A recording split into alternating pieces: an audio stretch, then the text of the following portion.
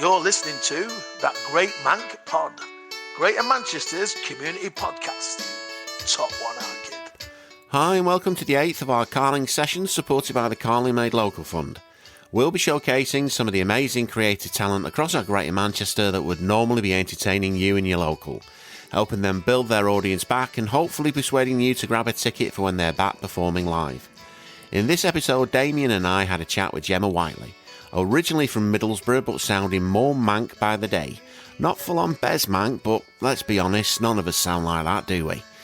Gemma is an actor currently putting together a project with her producing partner, so we have a chat about that. But Gemma is also a fantastic poet and spoken word performer. In fact, her first live performance of her work was at a MancMade event, and I'm massively proud of that. She performed some fantastic pieces in this episode. Keep an eye on Gemma, she's a good one. Oh, and as the Carling sessions are supported by the MancMade Local Fund, just a reminder to always drink sensibly.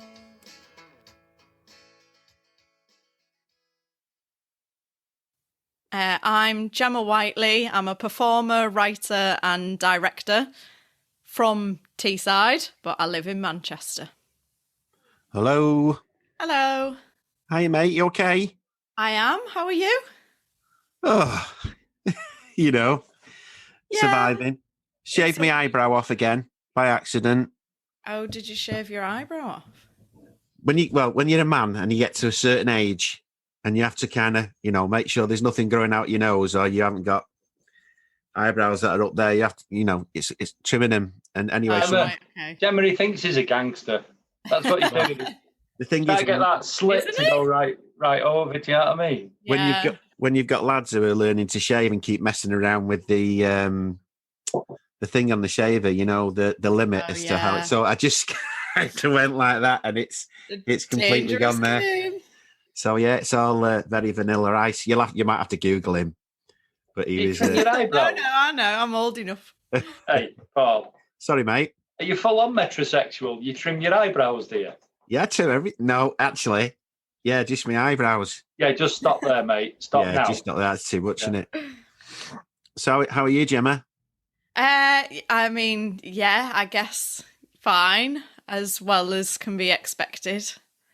Yeah, it's been a bit weird, hasn't it? Yeah. Very weird. I didn't mind it at first, but yeah, I mean, we've said that the first one was kind of like, all right, okay, the first lockdown. I'll have a bit of this. The weather's lovely, and chill out and everything else. The second one was kind of like, oh well, it's not the worst thing in the world. The third one, it's just been horrific. Yeah. And the fourth one, God knows what that'll be like. Yeah. No, the first one. Sorry, mate. I read. Sorry, go on. No, go on. I read something about when people were sort of shielding from the plague, Shakespeare wrote King Lear. So I started my first lockdown going, this is it. This is the time. and have you? No. Listen, mate, we spoke to loads and loads of people who were like, well, what have you done? And it's like, you know what? Fuck all. Yeah. To be quite honest. Not done anything. Netflix. Yeah, not a bean. And it's kind of like, well, fair enough. Who says you have to do anything? I've done bits. I've tried, but it's wavered. It's been really on and off feeling like I could do anything productive. Where do you normally write? Do you normally write at home, or do you like to be one of these out and about? And I used to do a little, like a mixture. I used to like getting out and sitting in like a bar or something and taking my laptop with me, but I get very easily distracted. Yeah, me too. Yeah, but it's only the same, Paul. When you send the kids to the bedroom, and that's pretty much what the whole world's been told to do. It's like, you've not been behaving, you're not looking after the world. Go and sit in your bedroom and behave yourself, right? Crack on with some work, get some homework done. It's like, no, you're finding anything but actually cracking on with that work, innit? So, well, it's like, what's been invented during lockdown? And it's like, well, vaccine. That's pretty much it. And obviously a few political movements, as you do, because everyone likes to whinge. Mm-hmm. But have you been working? I mean, hopefully this isn't a personal question, but have you been working during lockdown or? Yeah, so I've done a mixture.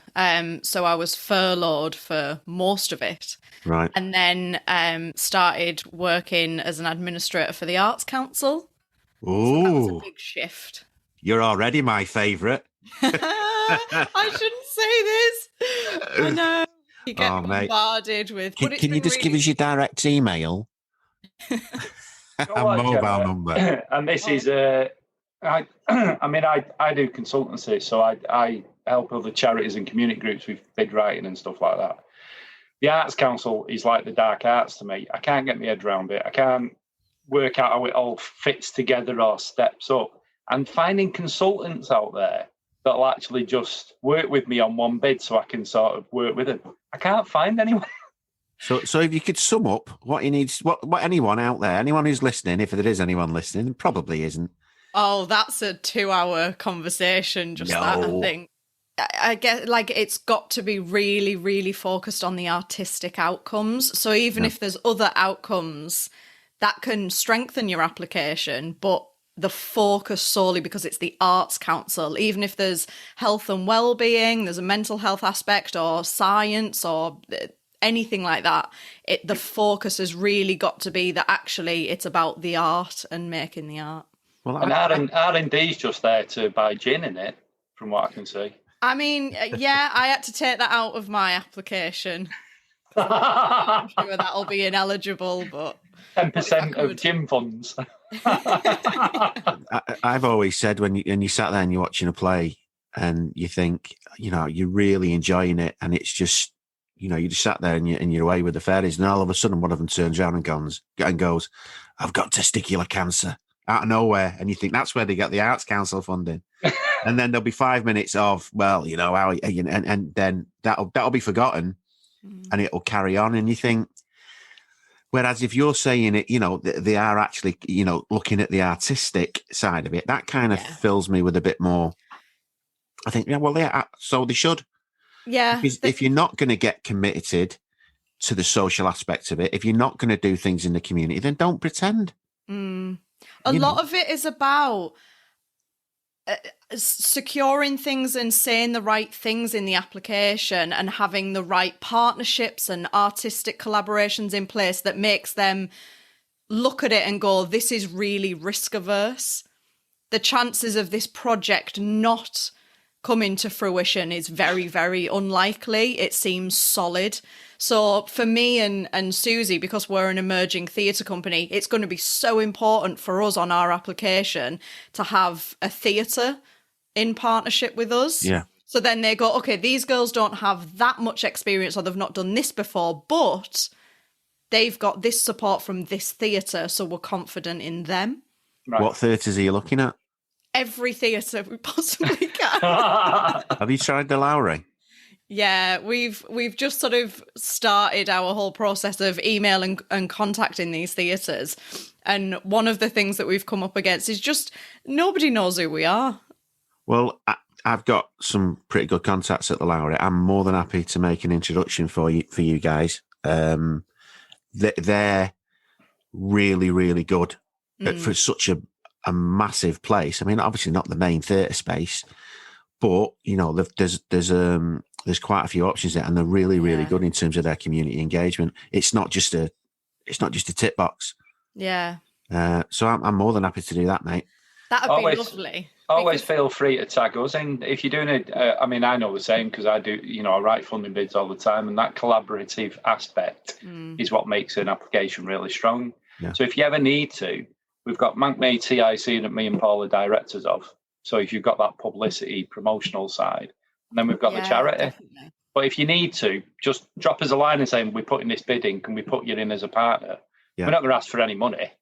We'll just, it'd be great on our CV as well, to show, because we're all about supporting everybody else. That's what we do. Yeah. I mean, ultimately, we're a mental well-being charity, and everything is everything is mental well-being.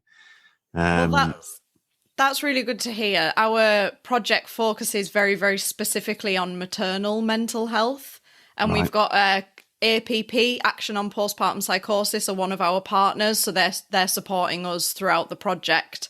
Right. And one of the things that we'd like to do is 2 different workshops, so workshops with mothers who've had postpartum psychosis or are parenting alongside having a long-term mental health condition. Right. And then workshops for artists as well about creating work on subjects like that. It's quite a specific thing that you're working on there, though, so... It is, yeah, it is quite specific. It's also we've learnt we've basically spent the last year researching this because it was a subject, and it's based on a true story within my family history.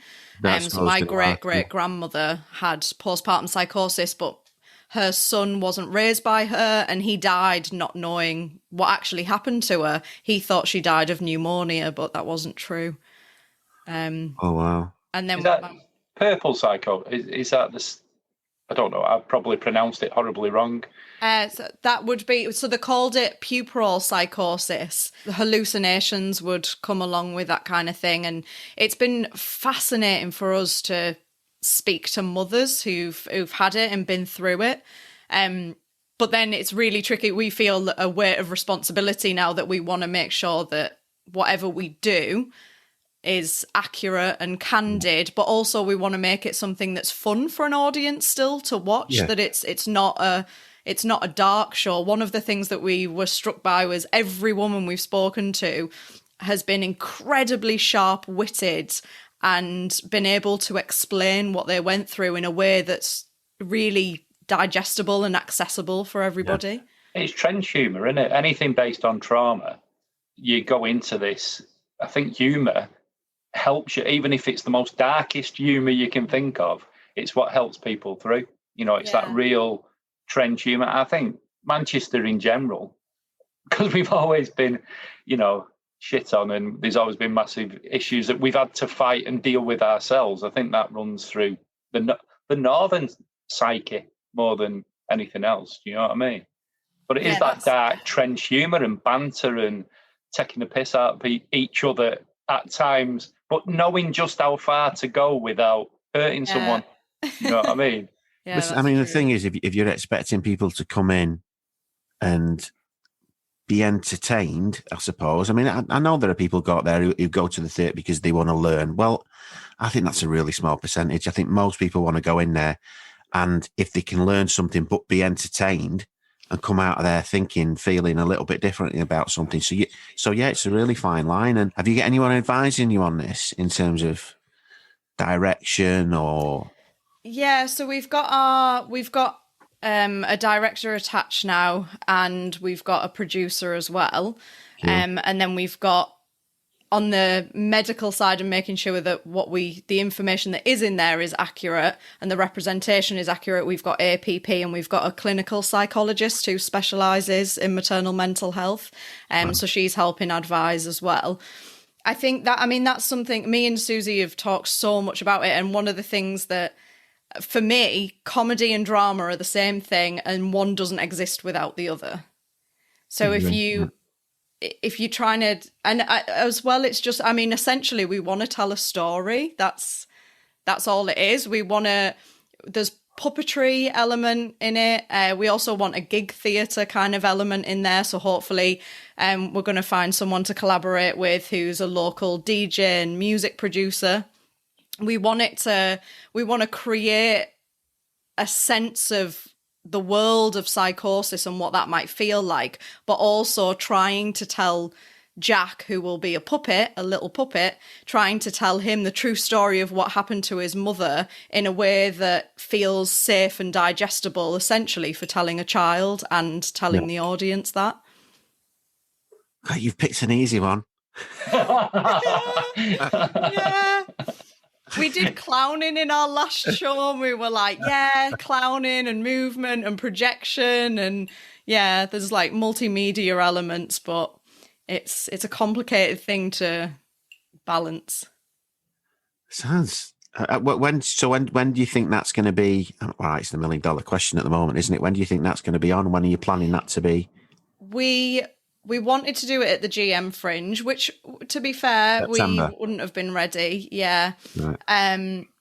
we want to do an R&D pretty quick, really, in the next few months to sort of have a good 3 weeks research and development of it. And then November, possibly, is the aim. But it looks like it might slip back a little bit. It depends how quick we can get a venue partner. If we get a venue partner, then we'll get moving a bit quicker. Because essentially, we've got everything else in place. That's kind of the thing that's stopping us from sending off these applications. I mean, it's, ultimately, at the end of the day, it's not free money. You have got to work for it. I mean, we're the Manc Spirit charity is the creative wellbeing festivals that we're doing. We did one in Trafford towards the end of last year. The next one's Wigan, end of May, and we've got a couple of others. We've got one in Stockport and one in Bury, which is supported by GMCA, so GM Culture. Now, we had to put in a really strong bid for that, and we got it. But, we've had to earn it. Our attitude was when we were putting it together is, well, it's not free money. So we can't go into it like, you owe us this. You've got to earn it. Yeah, You've got to earn it. It's a full-time job writing an application. Well, not just that, Paul. I want to be in a good position at the end of the 2-year cycle, put in a bigger one. This was the foot in the door, and then I need to cement our relationship, so to speak. Yeah. You know what I mean? But that's based on evidence rather than what we're going to do. You know what I mean? There's a big difference between the two. I mean, we get it all the time, don't we, when we're in meetings, and it's, again, I think you come to a certain point in life where you just go, right, things are a bit more black and white, and we go, right, we're going to do this, this, this, and this. And you get people to a point where they just go, well, go on then. And we go, all right, we will. Oh, yeah. We have to go out. We have to go out and do it. And generally, we've done what we said we were going to do, because you don't listen. The kind of bid that we put in was a really ambitious bid. But if we'd have put that bid in 20 years ago, it'd have been far more ambitious and not achievable. It just would have been, and then we'll have unicorns and we'll have magic this and magic that, and then we'll do, and everyone will change and we'll all come together, and the world will be a better place. And you just think that's bollocks. I mean, our attitude is, listen, if we make, and we do put a huge amount of effort into it, but if one person gets something really, really positive out of it and it makes a difference to them, job done. And like Damo's always saying, we'll probably never know who that one person is. You've just got to go into it thinking the same with your play. You'll never know the person that you actually touch the most. No, because they'll never tell you. Yeah, it's true. Yeah. You'll get your sycophants in the bar after telling you it's the best thing they've ever seen until next week when they see something else. But forget them. Hey, I'll take it. Fine. If it was the best thing you saw this week, yeah, great. Don't get caught up in that bubble of nonsense. But the people that you've really touched, they'll go away and they'll have to really think about it, and that'll just be integrated into them. You know what I mean? And you'll never know who they are. That's part of the thing of it. You know what I mean? It's a really, I've got 3 boys. Damo's got 2, and and I was there for the birth of all of them. And when my eldest, you were there for the birth of mine? Yeah, I don't remember you being there. I wonder who that bloke was in the corner. You guys are close. Yeah, I didn't know we were that close. Yeah, just push, will ya? But the fucking hurry up, Weatherspoons is over. I'll tell you what, I don't normally have, but I've lost my train of thought now. Oh no! But yeah, people go, "Oh, I was there for them. Oh, and it was such a beautiful experience, and it's the most magic." And my mates, when they go, "Oh yeah," bursting into tears, and you think, "What? Were you at the same birth that I was at, where the person that you love most in the world is going through absolute agonies, screaming, shouting, and you're there going, oh, this is so marvelous, this is amazing." You just don't. I stood there, and it literally was like a Quentin Tarantino movie. There was blood all over the wall. Oh no! It was absolutely horrible. And when I had PTSD after the second one because he'd stopped breathing, and I was on my own, and you're having to deal with it all, and that stuff I couldn't bond with Ethan for a long time. Yeah, but you think that's bad, right? When she actually started and she was giving birth, right, I went in to make myself a cup of tea, and I never got to finish it because every time I was going back to finish it off, it was, no, there's more paint coming. There's another one. And it's never even finished a cup of tea. And you didn't get your cup of tea. But I don't go on about that because, ultimately she gave birth to a human being. It's about sacrifice, isn't it, Paul?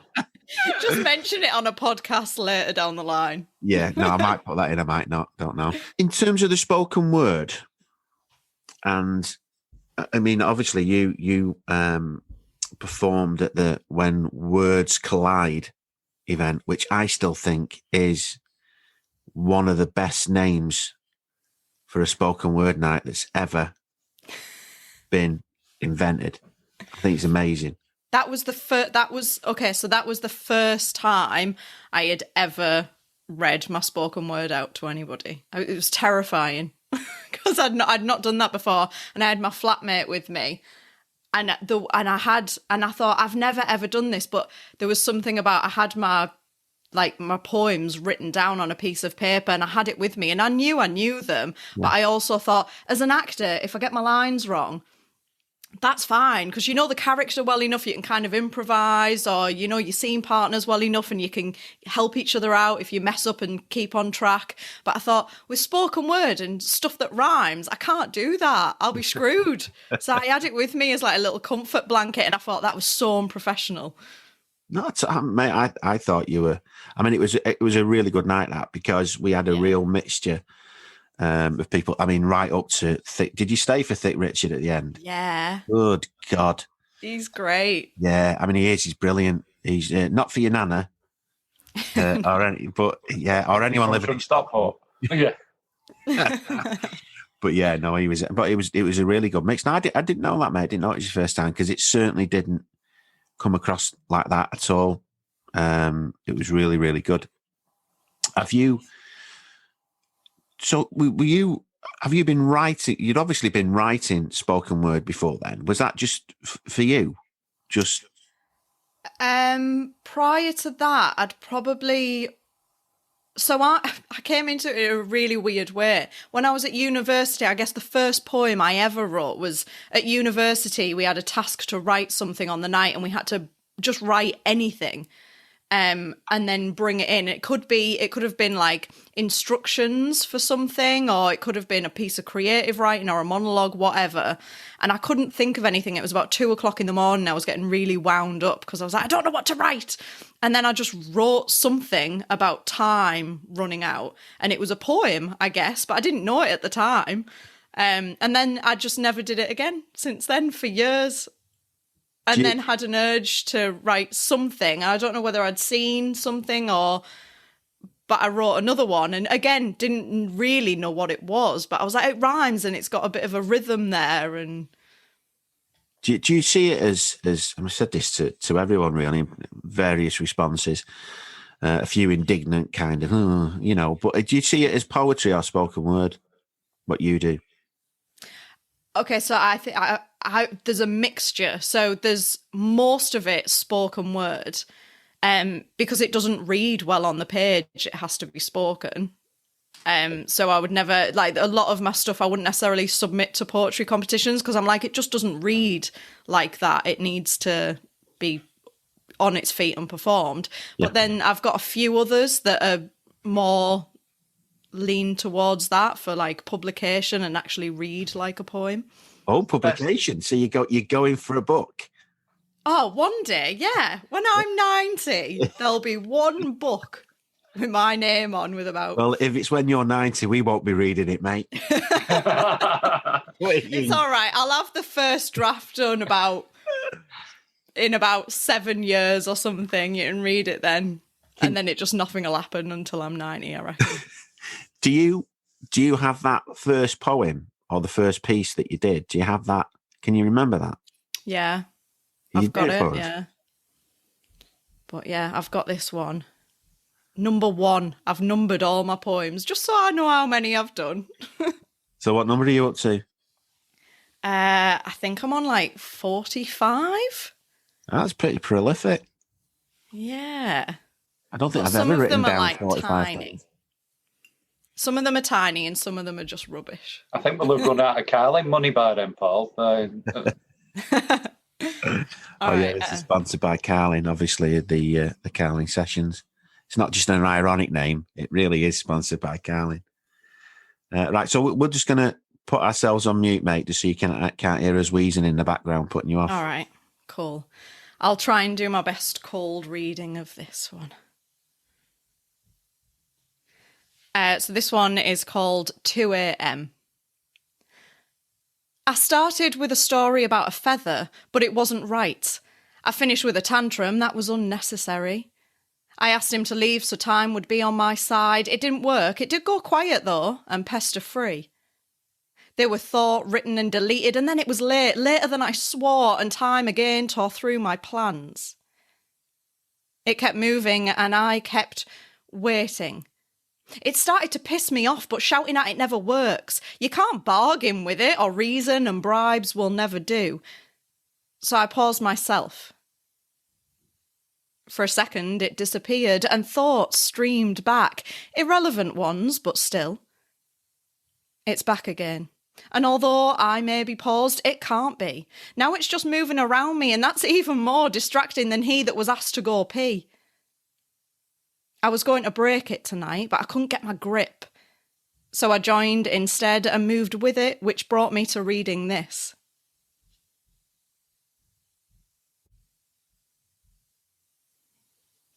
That's great, mate. Yeah, that's really, really good. And performed fantastically well. Thanks. Absolutely. I thought that long pause at the end was going to lead somewhere else, and I was like, has it finished? Oh yeah, we've done that all the time. You can just see the pause thing on the microphone going on off.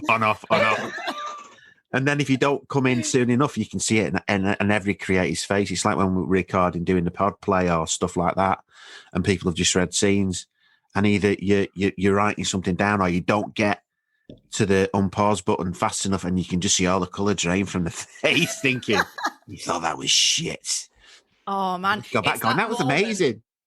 It's that moment, you have that awkward bit where if you watch, if like you do any like acting classes on Zoom or anything like that, at the end when the scene's finished, you can just, if you watch the actors closely and give it a little bit of a pause, you can see when they're trying to like still hold character or just hold the space, and that just slowly disappear to the awkwardness of them going, we're finished. That's it. Yeah. Was they any good? Have you in terms of the acting, have you been doing anything to kind of maintain that during lockdown? Have you been doing courses and? Yeah, so me and Susie have done little bits, and we did loads of readings that were for other people, like readings of plays, but also for ourselves to just keep reading stuff. Yeah. And then we do these classes with a guy called Barry at Hive Studios, but they're all on Zoom at the moment. But he's great. I've known Barry. He's a director as well, and I've known Barry for a little while. But he's very cool. Good teacher. Did you ever do anything with that piece that you sent through to me? The one with the mother who was, I think it was Alzheimer's or. Yeah, we did. We recorded it with a friend of mine who has his own music studios, Red Sand Studios. Right. So yeah, it's recorded and out there. You can have when did it's that on go our out? website. I didn't see that. Well, we put it out, and then through sort of lack of knowledge and understanding of these things, we didn't promote it very heavily, or weren't sure how to really promote that properly. But his recording of it is great, and we recorded every single sound ourselves. So everything you hear is, I think there's a young girl who plays the main character, but as a child. Yeah. We got her to record her voice we needed a voice for the guy on the train with like the trolley on the train. Do you want any tea or coffee? And we got her to record it, and Matt just altered all the frequencies and tone of her voice and made her sound like an 18-year-old lad. It was great. Well, where is it now? Where's it residing? Oh, the main question is, why didn't you do it? because Gemma said she didn't want me to do it. She wanted to do it herself. Right. It's not like all the ones I've sent you that have ended up in the bin. Oh no, I really wanted Gemma's one. Oh right, okay. I definitely didn't say that. You did. Did I? You said, no, I'm keeping it for myself because I think this could really make me famous. Nah. I would never. So where is it now? Where's? It's on SoundCloud, and it's also on. I'm sure it's on Apple Podcasts. Right. Well, put a post out with a link. Yeah. And I'll share the shit out of it because I'm dying to hear that, mate. Because I would. I mean, listen. If I don't get to do it, it's not the end of the world in terms of that. But I mean, I really thought it was a beautiful piece of writing. But I want to hear it. Yeah, cool. I'll send it. Yeah, brilliant. Absolutely. Yeah, as for your stuff, Damo, we're still working on them. We're just casting. It's really hard. It's really hard at the moment to find actors in Manchester. They're so rare. Oh, you've been hanging around producers and actors for far too long, mate. No, I haven't. There was no sincerity in that whatsoever. Well, it wasn't meant to be. So have you done any other open mic? I keep calling them spoken mic. I noted that on the last thing. Have you done any more open mic? Yeah, I've not seen you since you did the festival for us. The fundraiser for us in Wilmslow. Oh, yeah. I've done a few. So I've done is it Verbose, and I've done Switchblade a few times. Yeah. Yeah, and then I did one at Monologue Mondays, just a new one that I'd learned and was just kind of brushing up on that to get feedback. So yeah, I've done a few open mics. I've done Switchblade a few times. That's probably one of my favourites. Where's Switchblade? It was at the Pier Hat. Is that right? Yeah, Salford. Is it Salford, the Pier Hat? It's a bit rough and ready. Maybe I've definitely done one there, but maybe it wasn't Switchblade. Switchblade was somewhere in the northern quarter. Oh, well, yeah. Okay. I love that. They've just sat there. Let's put a spoken word night on. What can we call it? We'll call it Flowers in the Attic. We'll call it, let's call it Switchblade. Well, let's make it sound really hard. In the northern quarter. Yeah. I've done a few where... or a few poetry nights where it's very much, I guess it's that sort of fine line between poetry and spoken word. Yeah. And then I've got up and there's been references in my spoken word or swearing, and everyone else is doing poetry that's more traditional or classic in a lot of ways. And they're always really hard because you always think, ooh, nobody wants to hear the phrase "at it like rabbits" in this. In this one, and no one wants me to talk. Do you get all the poets sat on one side of the room and all the spoken word artists on the other? No, it's not one side or the other. It's all the spoken word artists are hanging out at the back. Is that where the Switchblade comes into it, Paul? Is it like Anchorman? In terms of a crew, right? So your spoken word artists, because I think there's certainly for the people I know, people that would call themselves a poet, certainly a different type of person to the ones who say spoken word artists kind of, I don't know. There's definitely I think there's this perceived element of, well, we're just a little bit cooler. We're just, that's why I refer to myself as a spoken word artist, because I'd like to be cooler. But I'm just gonna fake it till I make it, kind of thing. No, I think if I had any talent, I'd probably go for the spoken word. Yeah, a spoken word artist. Yeah, I wouldn't say I'm a poet. I think there's too much pressure on you. Yeah, but there's some fantastic writers out there, Paul, and we've said it loads of times because we've been around watching a lot of people. But performing their own stuff, it'd be better given to an actor, because the actors we know that write put on a much better performance, than the writers who act. You know what I mean? Yeah, that's hard though, isn't it? I mean, that's really hard to create something that's really, really personal to you, and then say, do you want to do it? I think you've got to it's a pretty gutsy decision to do that. I think you're right. I think in some cases it would be better to do that, because it does, even though the words are great, if the performance isn't, or if someone's up there and they look frightened to death, that comes across, I think, and you start, I do, and maybe it's the father thing in me. I start kind of being concerned for people when I know that they're, and you're not listening to the words. Whereas That's so true. You do get nervous for people. Yeah. I guess it's like an art to hide it. Because I think everyone's terrified to a certain degree. Yeah. I think everyone's scared of messing up. Actors are a nightmare. Actors Yes, hate they themselves. Yes, they are. Do you mean in general? Well, yeah, in general, but also like just in terms of, I don't know, maybe I'm being really unfair, but I think maybe I'm allowed to say it because I am one. So, but I think generally they just want to be loved and they just want to know, am I all right? Like, is it good enough?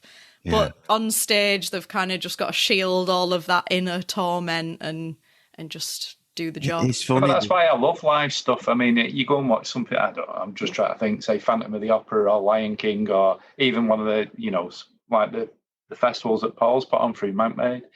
And it's that if it went wrong moment and you total admiration for the people to get through it, and you think, how the hell have you managed to do that? Do you know what I mean? And it's that's why the live stuff to me is far more important, and even to a certain extent, when you watch something like Biden's inauguration, they were walking down them stairs and you're thinking, oh my God, they're old. One of them's going to fall down them stairs in a minute. Do you know what I mean? Well, I tell you what got me on that, and she was on the radio today and I missed it. I'll have to try and get it and catch up, was the young girl, the young poet that was on there. Oh, yeah. Oh, mate, she was absolutely amazing. And again, it was that, I didn't, once she started, I thought, no, she's not there's going to be no hiccups here. I mean, she might have been really, really nervous, but it certainly didn't come across, and she absolutely aced it. But you just think, come on, you just, because it's going to be one of those moments. Because other than that, it was just, another old bloke stood there, trying to remember his words and, hopefully he won't blow the world up in the next 4 years. But yeah, she was amazing, and the difference that she would have made, not just to young black girls or young girls in particular, but just to anyone to watch that, and just how anyone could have watched that and not gone, that's fucking amazing. Mm. She used that opportunity as well to touch people. It really, there was more feeling in those words than all the other nonsense that went on around it. Because like you said, we've seen it a million times before, and it's choreographed and staged. I'm not saying they haven't checked her words about like 500 times before she even allowed her up there, but she still managed to get that feeling and that zeitgeist and, that thing, the youth wanting to step up and being given a chance to do it. Do you know what I mean? They're not bad people. They get too many times do a year, Woody's or this or that. He's like, hang on a minute. We're the ones, it's our generation that's made a fucking mess of it. Yeah. These are the ones that have got to pick up the pieces after, so give them some credit. Yeah. Yeah, and we're including you and the young people in this, Gemma. Oh, yes, because I don't feel it anymore. Depends which box you ticked on the census. Well, I've just turned 30. Oh, no, you're with us now. You're old now. No, I know, right? Not old. 30's not old. I mean, it's not young, but it's not old. There's so many opportunities for like new writers and emerging talent, and I'm like, I'm too old for that now. I should have emerged. Oh, most actors don't emerge until the late 40s. I'm shifting it every year. Yeah. Have I not emerged yet? It's true though. We say that a lot with the charity and things like that. When we look at what's out there for people, and it's in all different. It's like these predetermined brackets that people think. So it's like anything up to 25 is help and support and funding for. 25 to 65, fuck you, you're on your own. Yeah. And then once you get old, it's all right, there's a load of support. Again, it's like, well, hang on a minute. People have crises, people have struggles, people want to change what they do. I didn't know who I was until I was in my 30s, and then I got involved in the trade union movement, community groups and all that sort of stuff. Prior to that, I had a great time getting pissed in Manchester. So that 30 thing was a real change that was when I found who I was. Never one of them lucky people that went, I'm going to be a vet and I know exactly what I'm going to do, and I'm always going to do this. And I'm like, I didn't have a bleeding clue what I was going to do. So it was only in my 30s, and it was around that time that, and I see that when I've worked with prisoners, I've worked with people on the streets. If you don't find out who you are by the time you're 30, you're going to struggle. I think, I see people in prison and they just end up on the circuit again. But that's when people tend to give their head a wobble and think, what's my legacy now? What is it I'm going to be? What is it I'm going to do? Do you know what I mean? Bloody hell, Damo. What? You're upsetting her. No, she's being thoughtful. Give her a moment to be thoughtful. What happened? I'm so sorry, Gemma. He does this all the time. It makes complete sense. What you don't know, perhaps, is that I've known what I've wanted to do since I was 12 years old. And I'm still emerging in that. Is that a mindset thing, though?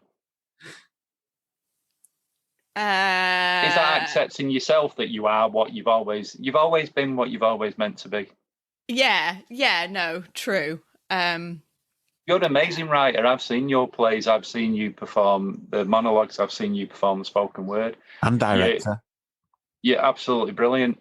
And we told every time we've come up, that was amazing. So what more accolade do you need than me and Paul telling you were good? So a white bloke. That's it. I'm feel so happy. Do you know what? All my worries have just settled. I feel much more settled. Don't be sarky. We're only trying to support you. Well, it's a key moment. She's emerged. I've emerged. Yeah, what's an outcome? I think we call that. Tick that box, right? Okay. Thanks for that, Gemma. Listen, I think you're in a good place physically in terms of Manchester, Greater Manchester for what you do going forward. I think as much as everyone is now whinging about, it's going to be so hard and theatres and blah blah blah blah, and no one really cared about the theatres when they said they were going to shut them down, apart from people who worked in theatres. But the younger talent, and I definitely include you in that are coming through. Some of the people that I've seen and I know, and you just think they're going to smash it. The fact that you that script, which is when I looked at it, and I thought, and we've done loads now, and we've done Kisses in the Dark, and we've done 30 odd pod plays and stuff. But I remember looking back at that and going, right, okay, how do we get that to work? Because but I thought I really want to try with it. Obviously you just did it yourself, which is a bit upsetting now when I think back on it. But the fact that you just went, no, I'm doing that. I don't care if it upsets Paul. I don't care if it upsets Paul, who's really old, and it could have sent him over the edge. So that, I just don't care. No, the fact that you went, no, we're doing this, and you've done it. I'm seeing more and more people who are actually going out there and going, I'm just going to do it. I'm just going to create this, and I'm going to and it's not easy. I'm going to make it happen. And I'm not going to rely on older people telling me that, oh no, you need to do it this way. Or no, you can't do that because I never did that. You've just gone, no, I'm doing it. I think you have to in general anyway, because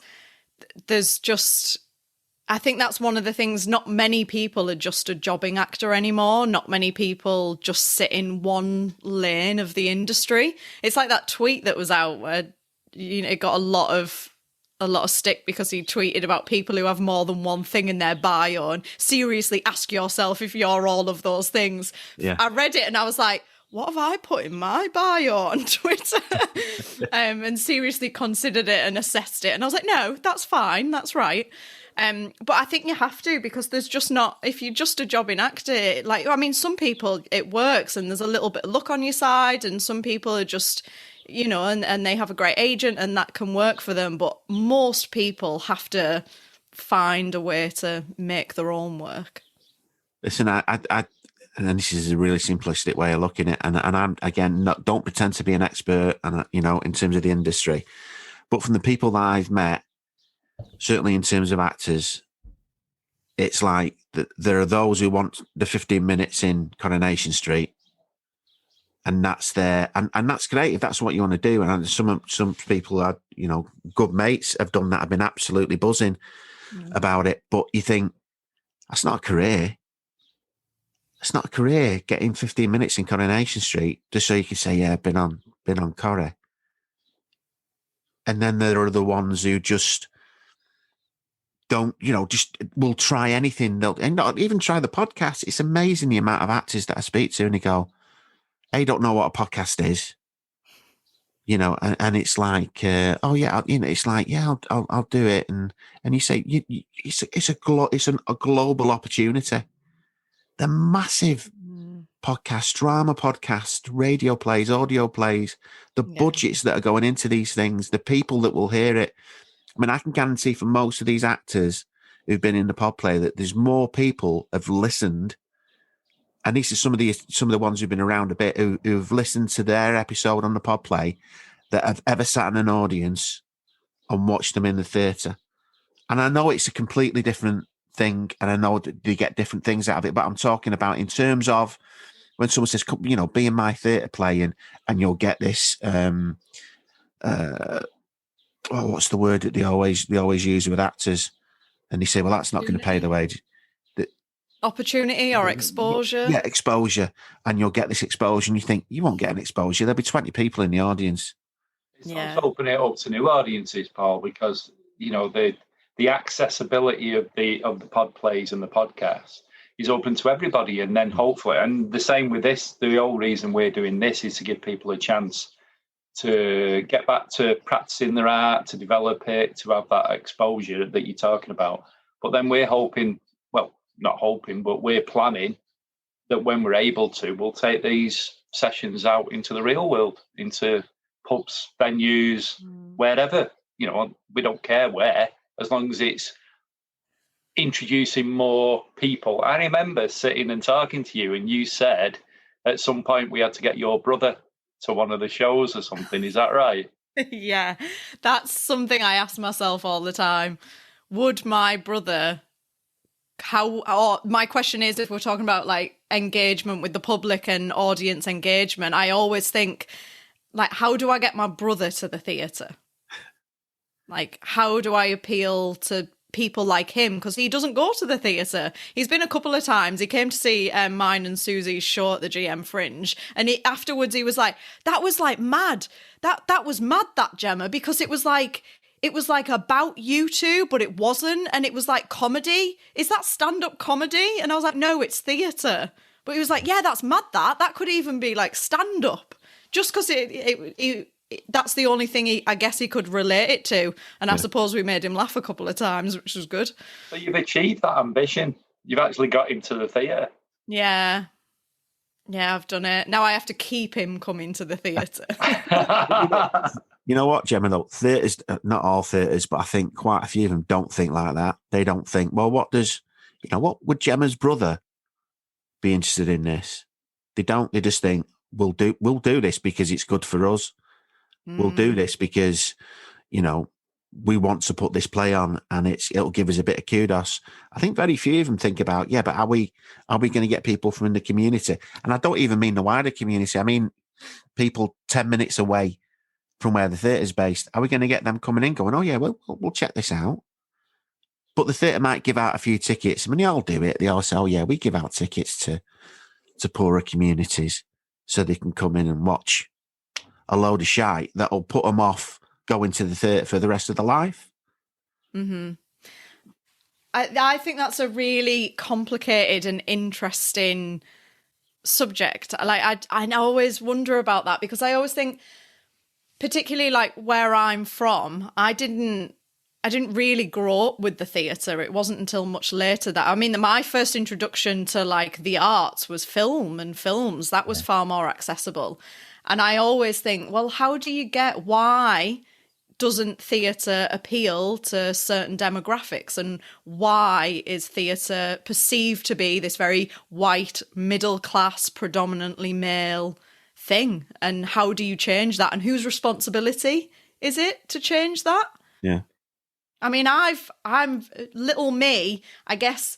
I don't have a lot of reach out there. I don't have a lot of, I think about it, but I don't have like all this marketing behind me, or I guess my what I could do was get my brother to the theatre and try and start really, really small, and from that perspective. The more you look at the funding and it's London-based, it's like that nonsense of getting Southern actors to pretend to be Northern and losing that authenticity when we've got so many amazing Northern actors that are waiting in the wings, but just waiting for that opportunity. But how many amazing Northern writers have we got that aren't given the opportunity to tell Northern stories? You've got people down south writing shite. You know what I mean? Because I think that works the other way as well, mate. I think that works the other way. You get. I mean, I've seen quite a few scripts sent in and read. People who are into the gangster genre, where it's like they've written a story about gangsters in London, and it's like, who's written it? And it's a Northerner that's written it. What do you know about that locale? So it's all right, mate. All right. So it's a typical. It's Danny Dyer 101. Mm-hmm. You know what I mean? So I think that happens everywhere, and I personally think it's just about making leveling the playing field as much as you possibly can, so that everyone's got an opportunity, and everyone knows there are certain parts of there are certain people who don't get those opportunities. So we can always engineer it so they've got just as much of a chance to do it, but it's always got to be down to the talent. It's always got to be down to the quality of the writing, the quality of the performing. Because if you don't have that, then people won't watch it. Yeah. Whatever you produce, they won't watch it. So the talent has always got to be there, but you've got to give everyone the same opportunity. You've got to give the person on the council estate the same opportunity as someone who went to Eton. I mean, it pisses me off when people. And they're saying, well, you've got these actors who went to Eton and they're getting all the roles, and you think, yeah, but they're fucking good actors. Yeah, but why are they good actors?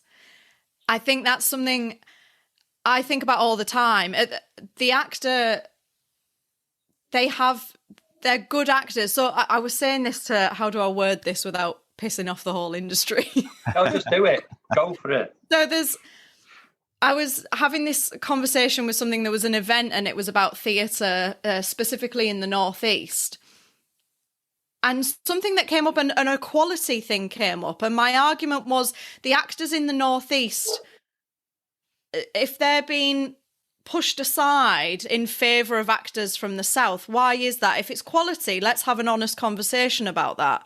Okay, so the actors in the Northeast, they're not as industry ready. They're not as well versed on vocal warm-ups. They're not as well versed on is it the training? Is it a technical thing? Training. It's accessibility to training as well as talent. I mean, but there are thousands and there are millions and millions and millions of children who showed a little bit of promise and a little bit of talent at school, that they just had this brilliant ability to use their imagination and play a character or do impressions. The thing is, the kids who probably went to Eton or went to private schools prior to that, maybe those teachers and the people around them had a little bit more time and a little bit more sort of stuff around them to be able to spot that and nurture it and encourage it further. The opposite kind of happens if you're from a different area, like myself, I guess, from Middlesbrough. It was everything possible. The people around you saying, that's not a proper, you've got to earn money. Otherwise you might end up on benefits and then you need help and you can't afford a car and that stops you getting a job in a lot of, it's always about doing the safest thing you can to make sure that you can look after yourself. Oh no, I get that. And if you're from a well-to-do family, then the thing is that, if you're going to acting school, then you're going to acting school and that's all you're doing. You're not working in a pub at night. You're not working in a restaurant. You don't have to subsidize. I get that. I absolutely get that. But it's just the fact that you've also got these actors who are, not some of them, not my favorite actors by any stretch of the imagination. My favorite actors generally are actors that have not gone to an acting school. I mean, you look at the likes of Stevie Everts, Stephen Graham, people like that who've just, I'm sure they may have done stuff since, but they've just got that innate thing in them, and I know it can't all, but it's that reality side of it. I just, that's what appeals to me. Whereas, but what I see with that, Paul, is they can tap into personal experiences of real trauma and growing up in those kind of areas because of the parts they play as well. Do you know what I mean? Yeah. I was watching, I've not seen it before, I was flipping through and I watched Little Boy Blue the other night, which is Stephen Graham. And while I was watching him, I was thinking, he's tapping into things that were important to him growing up, or things he's seen, or things he's experienced. You know what I mean? So I think it's a whole different way of approaching the art. You know what I mean? Well, did you go to college in terms of acting and? Yeah, I went to university to do it. So I did an acting degree at Northampton School of the Arts. Right.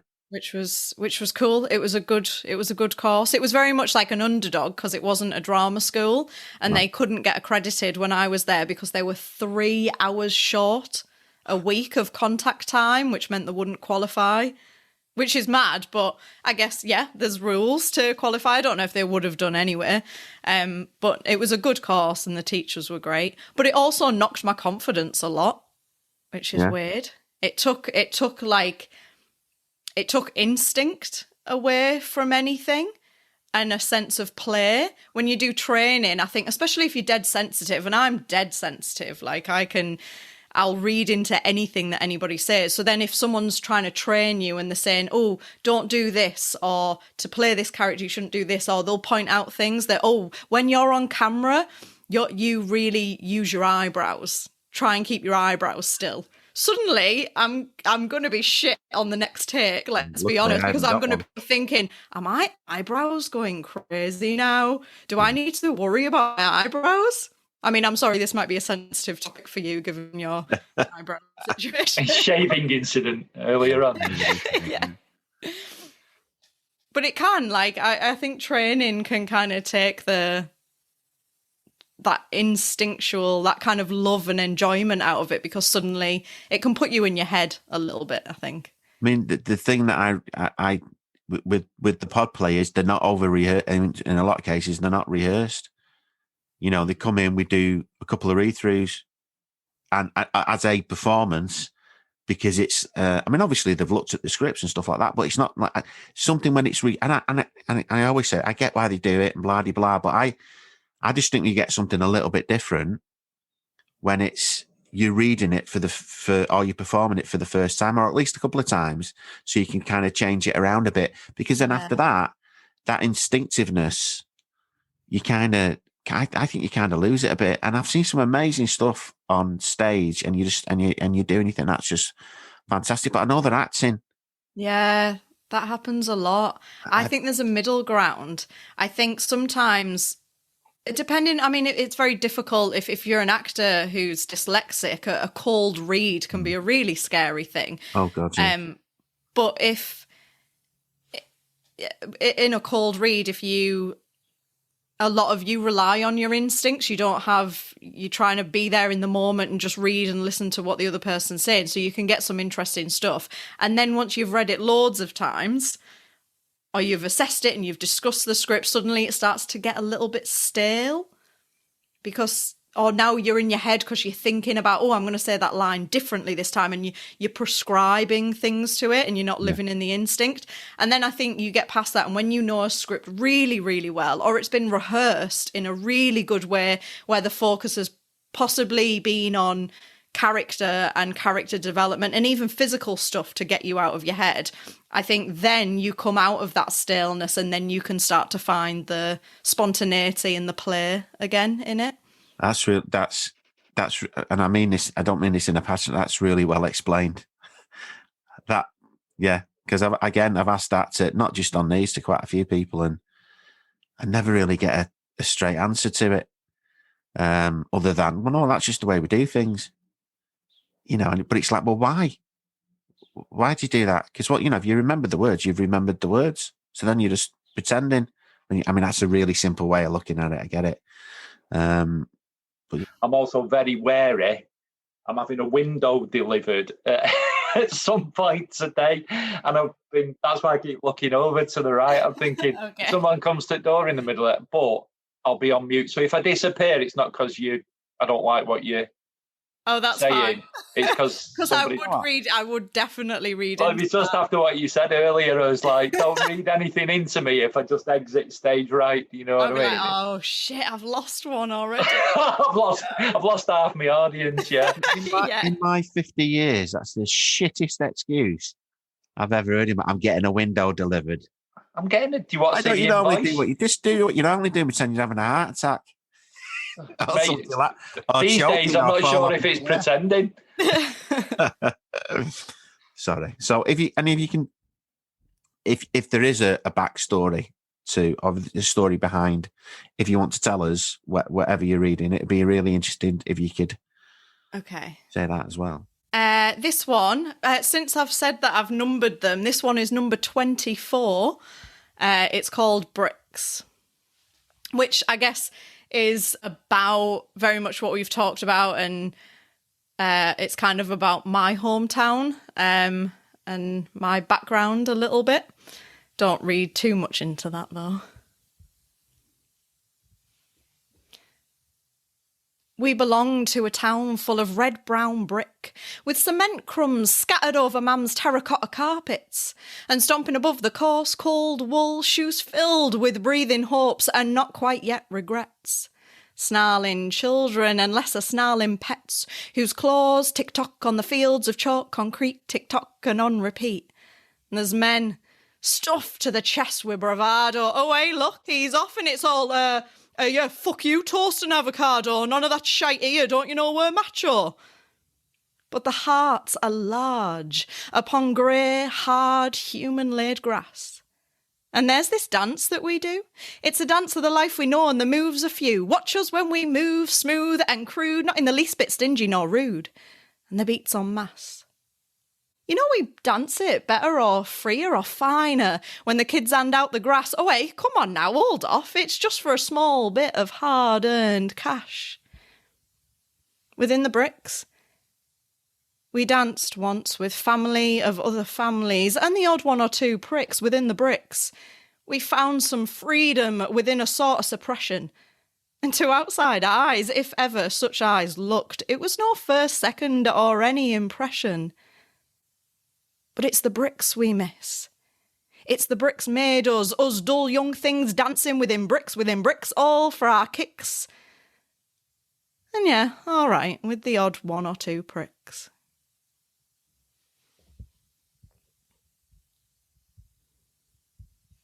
Thanks. It's a podcast, no one can see, but they clapped. It's a visual.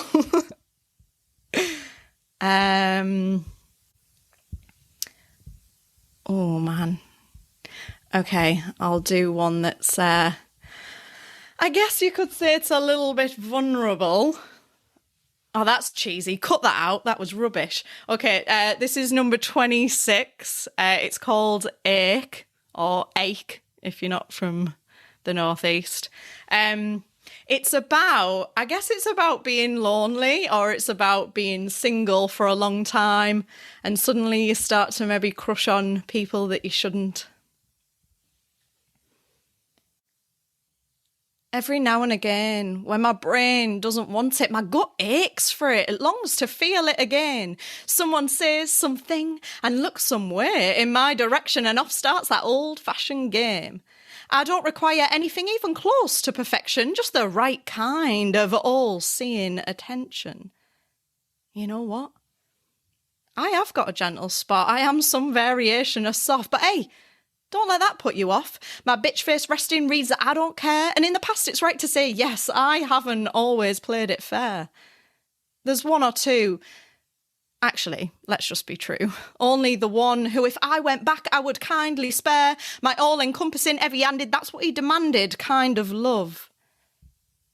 And if I could, and I reckon I really should, just vow to leave it to one side and forgo ever getting on that ride again. But then what a shame that would be. Because when he's there, sat across from me, and when we pass tightly on the stairs, my gut ache flares. And from then I can feel the hot burn of his stares, and my gut ache flares more. And my mind plays all of the films that can be imagined. My own Purple Rosa, Cairo, Juliet and Romeo, and then off we go to blah blah land where our names will be written in the LA sand. Until one or both of us declare each other, or just the whole fiasco, another brand of bland. And we'll leave it there, like we did in fact have it that way planned. But for now, it's not even started. The possibility of me and you sits far behind the starting line. Just behind the movie in my mind is where we live, and that's fine. I'd already begun to question what I had to give. And I suppose that's fine. Because as far as a perfect man goes, you would not be considered mine, and I guess that's fine. And when the gut ache flares, I'll just remind myself to pull out of your stairs, so no one will ever be heard saying, "Ooh, you can tell she really cares." And I'll allow myself to be repulsed by your drug habits, so I won't regret that we never had that day going at it like rabbits, because I will never allow myself to say that I like you, in case it was all me and never you too.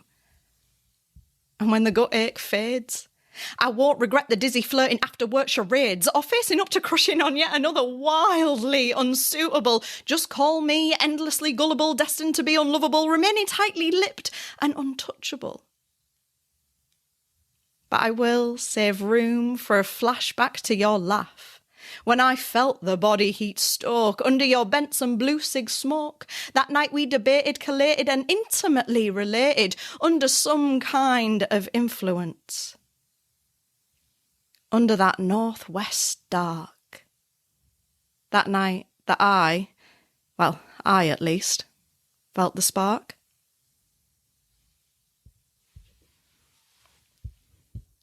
Wow. That was amazing, mate. Really good. Say terracotta. Terracotta. Terracotta carpets.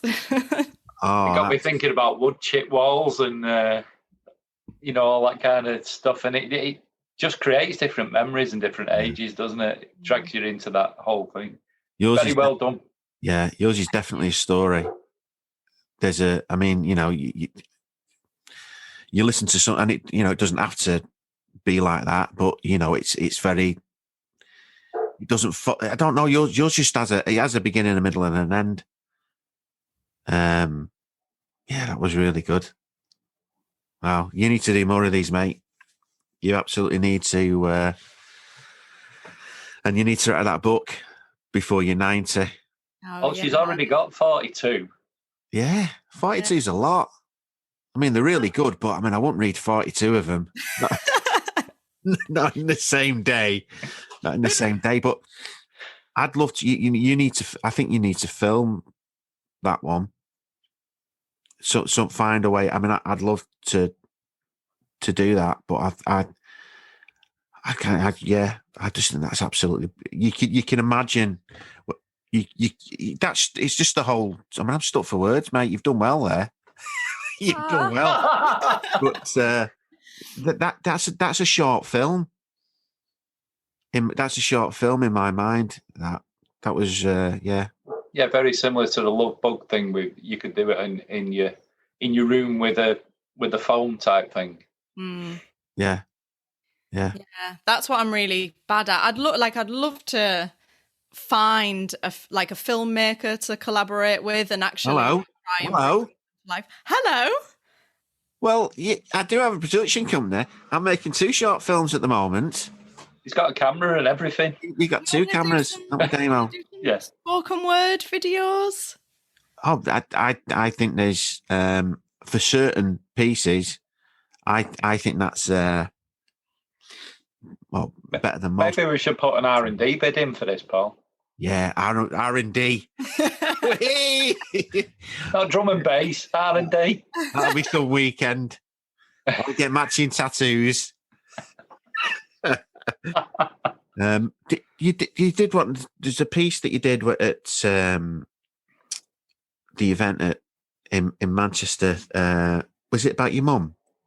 Yeah, that was probably only the 3rd piece I'd ever written. Can you do that piece for us? Because I think that's a really brilliant piece. Yeah, yeah, of course. This one, I don't know what number it is. Probably 3, I guess then. But this one is called Ma'am. Ma'am, something weird is happening. I wonder if you ever got this. It's how I know I'm not a girl anymore. I'm not living in some adolescent bliss. When I'm out and about, just getting on with everyday bits, like when I'm walking around a Tesco or jumping on the metro, face to floor, go for a seat by the door. You're like me, right? Go with the flow, skip the ticket, give it a go. Yeah? Yeah, fucking thought so. And when I see the women with their kids, and the kids, they get in the way of my path, the woman stops to say this, and the words, they make my head jerk and my body pull back. It's a phrase that jars with my inner mind, and I know it's not meant to be something unkind. That said, I wish the woman would choke the words and swallow them back. She says, stop, and let this lady pass, lady. As in I'm not some baby, as if my image of the girl would last. But frankly, presently, she's still present to thee, and that quickly makes me reevaluate everything I thought I'd be. Oh, wait, shit, I am all grown up, and no one thought to inform me. Your girl, now, something of the past. Kiddish freckles, something I guess I've obviously surpassed. But, ma'am, if I can, I'm just going to demand some more of your attention span, because I've got something to declare. Are you listening? Are you there? It's fair to say, I wish I'd got there sooner. Hey, now, I bet you didn't think that I'd be the late bloomer. It's official that I'm a woman. I've moved up a notch, being moulded into something more than a mere childish blotch. So, that being dealt with, can I address you, ma'am? Woman to woman. I get this feeling that floats in my breaths. A pull or an ache that lingers, it tickles me from my feet to my fingers. But I know what it is, in fact, I'm certain. It's like I'm still drawn to you, as if there's still a cord from me to you. And I just feel I yearn to talk to you. Thanks. I got goosebumps on that. People like that one. People like mums, don't they? Or mums. No, it's ma'am. Oh, I say mum. Oh, Definitely. great. My son takes the mick out of me all the time for saying me mum. Yeah. Oh, no. It's ma'am. Oh, I'm so glad that you two say ma'am as well. And you know, there's a bit of Manc inflection in your in how you talk now. You do know that, don't you? Oh, shit. Yeah, there's a little bit of Mancs. A little bit of Manc there, I think. Unless she says furlough. Furlough. and terracotta. But other than that, no, there's definitely, rubbing off on you on the right way. No, let's not put that one in. That's just horrific. Yeah. Oh dear. Everything destroyed everything. Oh, it was going so well. In 5 seconds. Yeah, this is why we don't do stuff live. Oh, fucking hell. No. Paul would have us. It would have been closed down ages ago. I don't. I get scared about stuff like that. I'd put my foot in it. I mean, I go through and say, I cut like this, and then pass them over to Callum to do the editing and stuff. But yeah, I do go through it, and I find myself going, sometimes you think you're really brave, and you think, no, I'm going to put that in. I don't care what anyone thinks. And then you read it back, and you go, fucking hell, I can't put that in. And then you get loads of complaints, and you're like... It's got better since he stopped drinking, actually. There was some pretty close... Yeah, I'm quite responsible now. Quite responsible. But yeah, listen, mate, that was absolutely brilliant.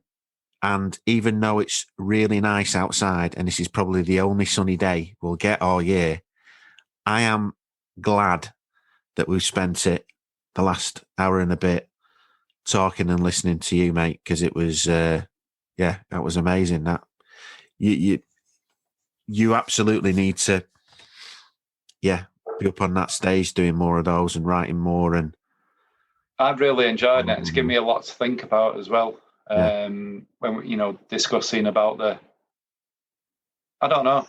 It just when I've had conversation when we met in Charlton and when the charity didn't even exist properly. it gave me a lot of things to think about that we needed to include at the time. So I'm gonna have to go away and think about a few things and think how we can integrate it into what we do to make it better. Do you know what I mean? Yeah, to be honest, I'm not happy that I'm now going to have to go away and think about stuff. Oh, what? Oh, no, what did I say? No, in a good way, and just all the things that I've done wrong with my life. No, well, what do I know? I know absolutely nothing. And saying inappropriate things, like rubbing off on you. Yeah, all right. You said it again. That's 2 lots of edits now. I'll have to do the same. Listen, thanks for your time, mate. Really, really enjoyed it. What are you planning for the rest of the afternoon? Waiting for windows. I'm gonna go outside because it's nice. I'm not sure if I'm gonna go for a run because I don't know if I can be bothered, but I'll at least go for a walk. Right. Okay. And then I've got a ukulele lesson. What? Ukulele? Yeah, so I'll practice ukulele because I need the practice. I'm shit. Do you have the ukulele near? No. Yes, you do. Yes, you're a good actor, but you're not that good.